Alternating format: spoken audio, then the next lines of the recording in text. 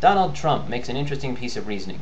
He observes the more one has, the more one can give. This rhetorical gem may sound enlightened at first glance, but I see the makings of a terrible rationalization in it. Sure, I can afford to give you $2,000, but you know, if I hold on to this, I can use it to make more money, and then next quarter I'll be able to give you $4,000. Sure, I can afford to give you $4,000, but you know, if I hold on to this, I can use it to make more money, and then next quarter I'll be able to give you $8,000. Sure, I can afford to give you $8,000, but you know, if I hold on to this, I can use it to make more money, and then next quarter I'll be able to give you $16,000. Do you see the problem here? If your focus the whole time is to increase as much as possible the amount you can donate, but not the amount you actually do, then you are not actually making any contributions, and this is not really altruism. You end up never actually getting to the point of benefiting the other party. I could give $2 million to charity is just another way of saying I have $2 million that I have not given to charity. I could give $4 million. I have $4 million. I could give 10. I have 10. Would you believe 200? Okay, so you are all so well off that you could give literally tons of money to charity. But what if I stop fixating on these hypotheticals you're dispensing and pay attention to actuality? How much are you giving? Well, now don't twist my word. I'm not making the insistence that charitable donation must be the rule. All I'm saying is that using a piece of rhetoric like this to create the illusion of charitable intent to help your own PR is dishonest, and I ask the general public not to be taken in by it. It brings to mind a disagreement I had once online with someone who tried to refute my argument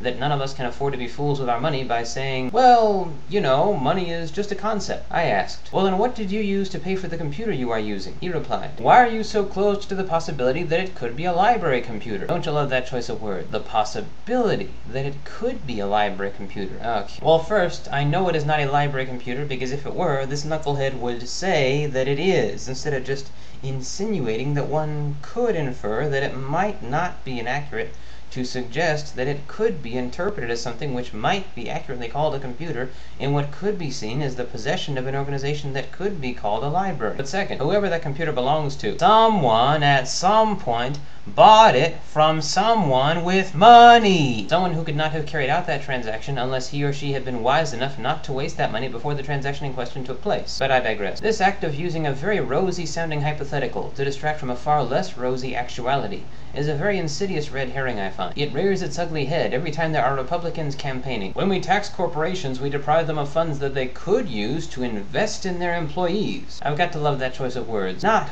would, but could. Of course, they cannot say they would, because that would set them up to be busted for lying down the road if they don't. That's the fallacy of non-falsifiability. I suppose this could be called an appeal to optimism, which would be just the opposite of a scare tactic. In a scare tactic, one is presented with a hypothetical situation and asked to fixate on one of the frightening possible outcomes and ignore the rest. Here instead, one is presented with a hypothetical situation and asked to fixate on one of the hopeful possible outcomes and ignore the rest. Yes, I suppose they could use that money to invest in their employees. They could also use it to line their own pockets or buy themselves more mansions, yachts, and public officials. Why should we give less consideration to these possibilities? Why should these be considered any less likely? It seems to me this could also be considered a lie by omission. After all, the complete sentence is when we tax corporations, we deprive them of funds that they could, but probably won't use to invest in their employees, if their track records are any indication. How can I be so sure that they won't use it for that? From their own lack of motive. The only time a corporation has a motive to invest in its employees, whatever that means, is when other organizations are trying to entice them away, and so the corporation in question has to compete in order to hold on to them. But what does it mean to invest in one's employees? That sort of sounds like educational funding to me. How else could one invest in an employee? Well, if the corporations in question are run by people who want to see more funding to education, then they won't mind paying more taxes to provide more revenue for spending that we can be sure will,